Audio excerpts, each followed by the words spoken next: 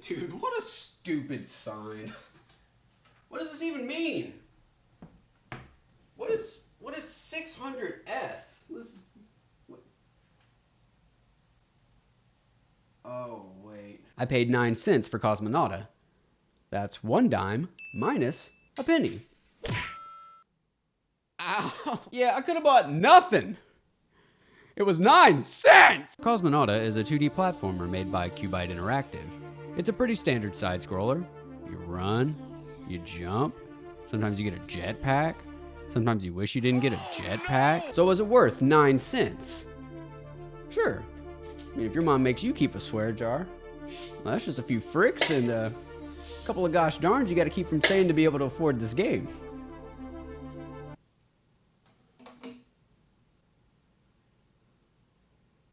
Or forget about the 9 cents. When a game is this cheap, the only real question is whether or not this game is worth your time. Kinda. I know that's a bit vague, and the real answer probably lies closer to no than yes, but in no way is this game an absolute waste of time. For the most part, the level design is pretty basic with a few pros and cons. The checkpoints are a bit too generous at times, and while there are certainly moments I will not be complaining about this, it is a bit weird when it seems like you actually died a little bit before the checkpoint, but still managed to activate it somehow. I think the most obvious way to fix this would just be to make the checkpoints visible objects that react once activated. In some levels, the player can be rewarded for not having to rely on a checkpoint by being able to finish out the level with whatever fuel they have left in their jetpack. I don't really know if this was intentional or not, but it's pretty cool. So having a visual checkpoint would also let the player decide if skipping over it would be worth the extra bit of fuel to help reach the end of the level. But my absolute favorite parts of the game were the auto-jumping segments. If you know anything about me, you know I love to yeet. So being able to do that with minimal effort is just divine.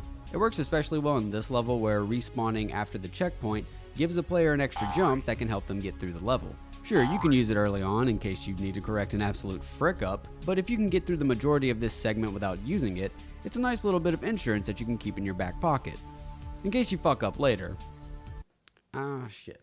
Well, that's another one right there. Hold on, I gotta get more coins. Yeah, I fuck up a lot when I play video games. And this game was no exception. Keep the change.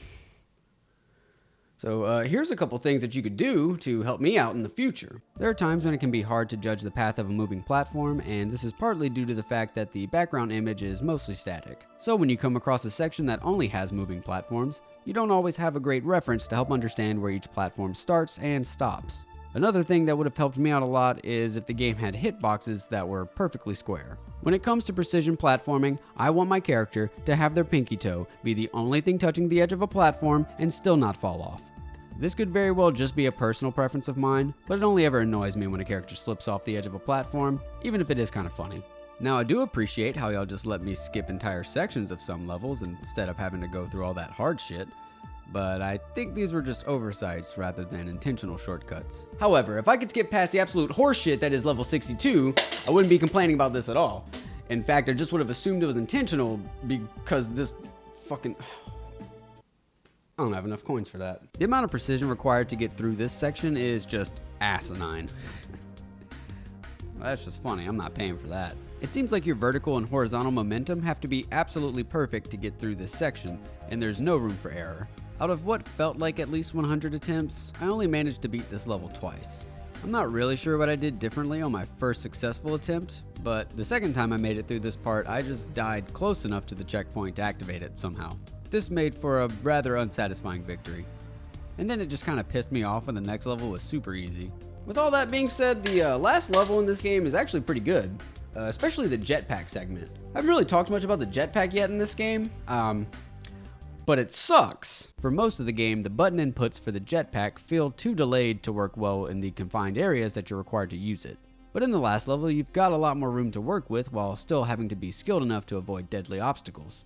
It's also a pretty long stretch where you have to use the jetpack continuously, but I felt a lot more confident in how the jetpack was meant to be controlled after my many failed attempts. It's just a shame that most of the earlier levels weren't designed as well to take advantage of the jetpack's controls, because for the most part the jetpack is a chore to use, but in the last level it felt like I was finally being taught how to use it properly. I think my biggest takeaway from this game is that in many cases, less is more. At full price, the game is only asking for 99 cents, so even if it were only 15 or 20 levels long, that would have felt perfectly reasonable. But 65 levels is a frick of a lot of levels, man! And I'm not saying that there's only 20 good levels in this game, but if a lot of the crappier levels were cut out, then this would have been a much more positive experience overall. Anytime you're working on a project, try your best to restrain yourself and not to throw every single idea you have into the mix and just hope that something lands. Try to decide on a few ideas that you're really confident about, and then do your best to just nail that shit. That's what I try to do with my videos. Can you imagine if my videos were any longer or dumber than they already are? I'd run out of coins. Anyway, let me know in the comments if there's any games that you would like for me to check out and critique, and thanks for watching.